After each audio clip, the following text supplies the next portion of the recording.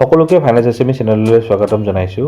Deposit insurance নামটো হয়তো কিছুমানে শুনিছে, কিছুমানে শুনা নাই। যদি কোনো বেংক ডুবি যায় তেতিয়া DICGCয়ে আপোনাক 5 লাখ টকা দিব 90 দিনৰ ভিতৰত। 2020ৰ আগত বেংক ডুবাৰ কথা বৰকৈ আলোচনা হোৱা নাছিলে। যোৱা বছৰ PMC বেংক, য়েছ বেংক আৰু লক্ষ্মী বিলাস বেংকৰ ওপৰত RBI মৰটৰিয়াম লগাই দিয়ে যে কাষ্টমাৰে এটা নিৰ্দিষ্ট এমাউণ্টহে উইথড্ৰ কৰিব পাৰিব বেংক একাউণ্টৰ পৰা। এই মৰটৰিয়ামৰ কাৰণে বেংকৰ গ্ৰাহকে RBI ঠিক কৰি দিয়া যিটো নিৰ্দিষ্ট পৰিমাণ টকাহে ওলাব পাৰিছিলে, লাগিলে তেওঁৰ একাউণ্টত যিমান টকা থাকক।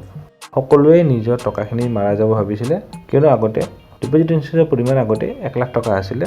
এই ক্ৰাইচিছৰ সময়ত ভাৰত চৰকাৰে ডিপজিট ইঞ্চুৰেঞ্চৰ পৰিমাণটো 1 লাখৰ পৰা 5 লাখ টকালৈ বৃদ্ধি কৰে 2020 চনৰ ফেব্ৰুৱাৰী 1 তাৰিখে। এই ভিডিঅ'টোত আমি ডিপজিট ইঞ্চুৰেঞ্চৰ সকলো কথা আলোচনা কৰিম। DICGC কি, ডিপজিট ইঞ্চুৰেঞ্চনো কি হয়, 5 লাখ টকাৰ ডিপজিট ইঞ্চুৰেঞ্চ কি হয়, deposit insurance and credit guarantee corporation চমুকৈ DICGC ই এটা ৰিজাৰ্ভ বেংকৰ ছাবচিডিয়াৰী হয়, যাক 1962ত স্থাপন কৰা হৈছিলে।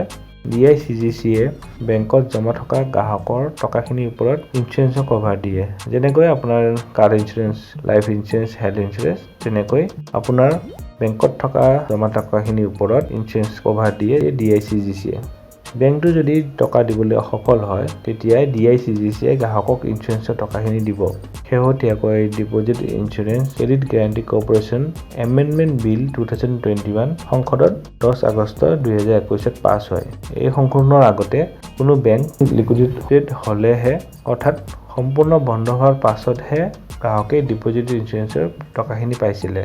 এতিয়া এই নতুন সংশোধন মতে ৰিজাৰ্ভ বেংকে যদি কোনো বেংকৰ ওপৰত মৰটৰিয়াম লগাই দিয়ে, PMC বেংক, য়েছ বেংকত যেনেকৈ মৰটৰিয়াম লগাই দিছিলে যে কাষ্টমাৰে এটা নিৰ্দিষ্ট পৰিমাণৰ এমাউণ্টহে উইথড্ৰ কৰিব পাৰিব একাউণ্টত যিমান টকা থাকিলেও, তেনেকৈ যদি মৰটৰিয়াম লগাই দিয়ে তেতিয়া বেংকটোৰ গ্ৰাহকে 90 দিনৰ ভিতৰত ডিপজিট ইঞ্চুৰেঞ্চৰ 5 লাখ ৰুপিজ DICGCৰ পৰা পাব। আমাৰ ভাৰতত থকা সকলো বাণিজ্যিক বেংক, অৰ্থাৎ চৰকাৰী খণ্ডৰ বেংক, বেচৰকাৰী খণ্ডৰ বেংক, স্মল ফাইনেন্স বেংক সকলোতে DICGCয়ে ডিপজিটৰক সুৰক্ষা প্ৰদান কৰিছে।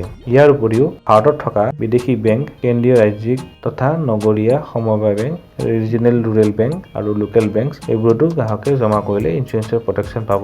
এটা কথা মন কৰিবলগীয়া যে প্ৰাইমেৰী কোঅপাৰেটিভ ছ'চাইটিবোৰ DICGCৰ ডিপজিট ইঞ্চুৰেঞ্চৰ অধীন নহয়। গতিকে আমি ওচৰে পাজৰে যে খোলা সমবায় গোট কেতিয়াও সুৰক্ষিত নহয়। সদায় আমি RBI বা SEBI বা IRDAয়ে ৰেগুলেট কৰা ছেক্টৰতহে টকা জমা কৰিব লাগে বা ইনভেষ্ট কৰিব লাগে। আপোনাৰ একাউণ্ট থকা বেংকটো DICGCৰ ডিপজিট ইঞ্চুৰেঞ্চৰ আণ্ডাৰ হয় নে নহয় কেনেকৈ জানিব? স্ক্ৰীনত দেখুওৱা ৱেবছাইটটো খুলিব, ডেছক্ৰিপশ্যনত লিংকটো দিয়া আছে। এই পেজটোত চৰকাৰী খণ্ডৰ বেংক, বেচৰকাৰী খণ্ডৰ bank, small finance bank, foreign bank, payment bank ইত্যাদি সকলো কেটেগৰীৰ বেংক দিয়া আছে। তাতে ক্লিক কৰিলে DICGCৰ আণ্ডাৰ কোন কোন বেংক আছে সকলোৰে নাম গম পোৱা যাব, কোনবোৰ একাউণ্টত ডিপজিট ইঞ্চুৰেঞ্চৰ কভাৰ আছে। ইয়াতে বেংকত খোলা সকলো ধৰণৰ ডিপজিট যেনে savings account, current account, recurring deposit, fixed deposit সকলো ডিপজিট ইঞ্চুৰেঞ্চৰ কভাৰৰ ভিতৰত থাকিব। মেক্সিমাম আপুনি কিমান ইঞ্চুৰেঞ্চ পাব? এটা বেংকৰ প্ৰতিজন গ্ৰাহকে জমা কৰা ধনৰ ওপৰত মেক্সিমাম 5 লাখৰ ইঞ্চুৰেঞ্চ কভাৰ থাকিব। ইয়াতে টোটেল 5 লাখৰ কভাৰ ধৰা হৈছে। অৰ্থাৎ আপুনি ধৰি লওক ডিপজিটত যিমানখিনি জমা কৰিছে তাৰ লগত যিখিনি ইণ্টাৰেষ্ট জমা হৈছে সেইখিনি গোটেইখিনি লগ লগাই 5 লাখৰে কভাৰ দিয়া হৈছে। এটা উদাহৰণ এটা বুজো আহক। ধৰা হ'ল এটা বেংকত এজন ব্যক্তিৰ বিভিন্ন ধৰণৰ একাউণ্ট আছে। ধৰি ললোঁ 1 লাখ টকা তেওঁৰ ছেভিংছ একাউণ্টত আছে, 2 লাখ টকা তেওঁৰ ফিক্সড ডিপজিটত আছে, 1 লাখ টকা কাৰেণ্ট একাউণ্টত আছে আৰু 40,000ৰ ৰেকাৰিং ডিপজিট আছে। এতিয়া তাৰ ওপৰত ইণ্টাৰেষ্ট জমা হৈছে 10,000 ছেভিংছ একাউণ্টৰ ওপৰত, 30,000 FDৰ ওপৰত, 10,000 RDৰ ওপৰত। টোটেল হ'ল 4,90,000। কাৰেণ্ট একাউণ্টত আমি ইণ্টাৰেষ্ট নাপাওঁ, কাৰেণ্ট একাউণ্টত বেংকে ওলোটাই চাৰ্জহে লয়। এতিয়া তেওঁ গোটেই জমা টকাখিনি টোটেলটো ডিপজিট ইঞ্চুৰেঞ্চৰ 5 লাখতকৈ কম হোৱা কাৰণে 4,90,000 পাব DICGCৰ পৰা। এতিয়া আন এটা উদাহৰণ লৈ আহোঁ। আগৰ উদাহৰণৰ দৰেই ব্যক্তিজনৰ ছেভিংছ একাউণ্টত, ফিক্সড ডিপজিটত, কাৰেণ্ট একাউণ্টত, ৰেকাৰিং ডিপজিটত সকলোতে স্ক্ৰীনত দেখুওৱাৰ দৰে জমা আছে। আৰু আমি গোটেইখিনি টোটেল কৰি পালোঁ যে তেখেতৰ 5,90,000 জমা আছে। ডিপজিট ইঞ্চুৰেঞ্চৰ 5 লাখতকৈ তেখেতৰ টোটেল ডিপজিট বেছি হোৱাৰ কাৰণে তেখেতে অকল 5 লাখ পাব, বাকী 90,000 তেখেতে নাপায়, যিহেতু ডিপজিট ইঞ্চুৰেঞ্চৰ কভাৰ অকল 5 লাখ আছে। এতিয়া আপোনাৰ মনত প্ৰশ্ন আহিব পাৰে, যদি মোৰ টোটেল ডিপজিট 10 লাখ টকা আছে তেতিয়া বাকী 5 লাখ টকাৰ কি হ'ব?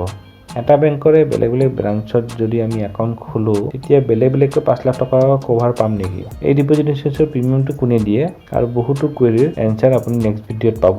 আজিৰ এই ফাৰ্ষ্ট পাৰ্টটোত আমি জানিলোঁ যে ভাৰতত থকা সকলো বেংকে DICGC ৰ আণ্ডাৰ হয়। Savings account, current account, FD, RD সকলো ডিপজিট ইঞ্চুৰেঞ্চৰ কভাৰৰ ভিতৰত পৰে। অকল 5 লাখ টকাৰ ওপৰতহে ইঞ্চুৰেঞ্চ কভাৰ আছে।